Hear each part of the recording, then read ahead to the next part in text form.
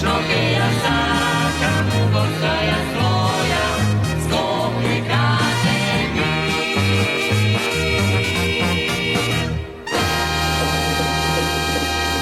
Службите на градски паркинг Скопје поставија вертикална сигнализација за означување на обележаните места за паркирање на лица со попреченост на јавна површина наменета за паркирање зона Д9 аеродром. Апелираат до корисниците на услугите да не ги паркираат своите возила на означените места за лица со попреченост и да ги отстапат на тие на кои им се најпотребни.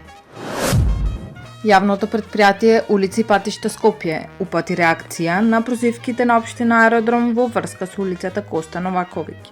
Во соопштението се вели дека на улица Васко Карангелевски во изминатиот период има имплементирано повеќе мерки за зголемување на безбедноста во сообраќајот, како воведување на зона на школо, виброленти и други мерки кои значително придонесуваат за намалување на брзината на возилата.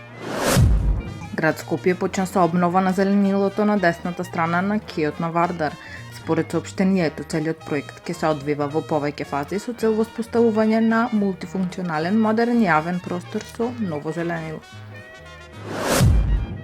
Во Карпош започна традиционалниот меморијален турнир во мал фудбал Оливер Соколов Сокол.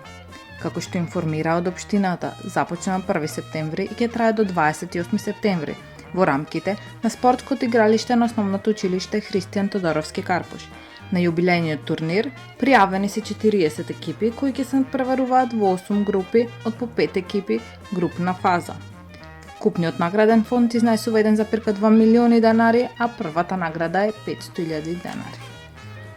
Tamo je Skopje, grad moj ljubav bliže, što mi rasute sni.